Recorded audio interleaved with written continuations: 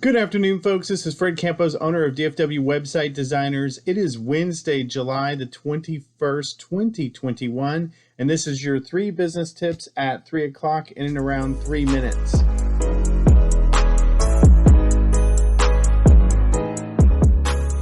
This past week, Monday through Wednesday, I have been in Tyler visiting my in-laws.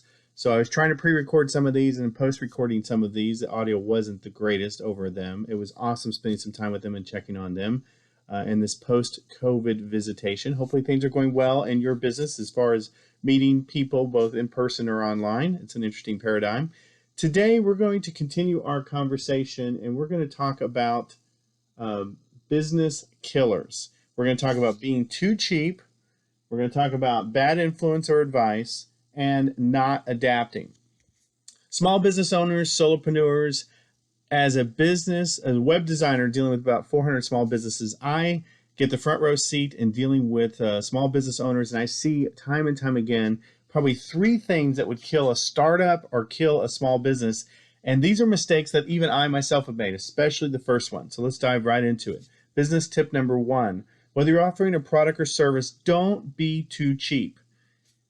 I struggled with this. Matter of fact, I've only recently readjusted this. Basically, whenever product or service is, you're going to find they're in 3 categories, of small, medium, and large.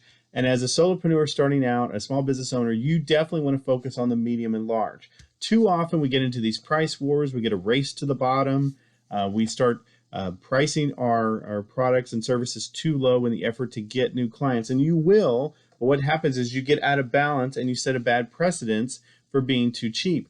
Initially, a lot of you think, and trust me, I did too, that having some initial really inexpensive, almost free products and services to get referrals and get things going and just get people in the door. But what you find is that the lower the price, the higher maintenance the client tends to be. And then you wind up spending too much time servicing that you can't service your good clients at the right price correctly. This is the weirdest balance.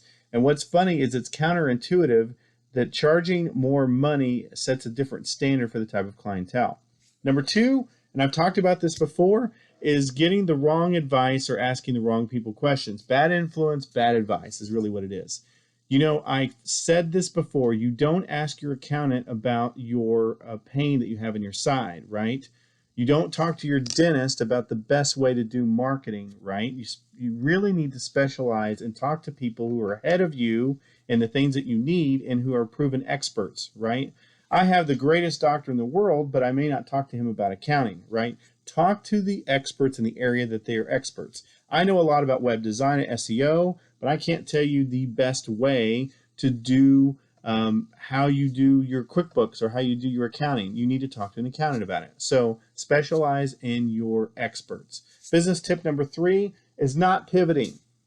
You were starting out this small business thinking you're going to produce X widget or provide X service, but that isn't how business works. IBM was known for making typewriters, but they are in the computer software industry today. I started out in social media, but now I do web design today. You may think you have an idea of where you want to go initially, but you need to be open to adapting to move on. So that's my recommendations for you today. Don't be too cheap, listen to the right advisors, and be willing to adapt. This is what I'm learning. Ethan, I'm learning to throw the fence to you because I want you guys to be awesome. Now go back to sleep.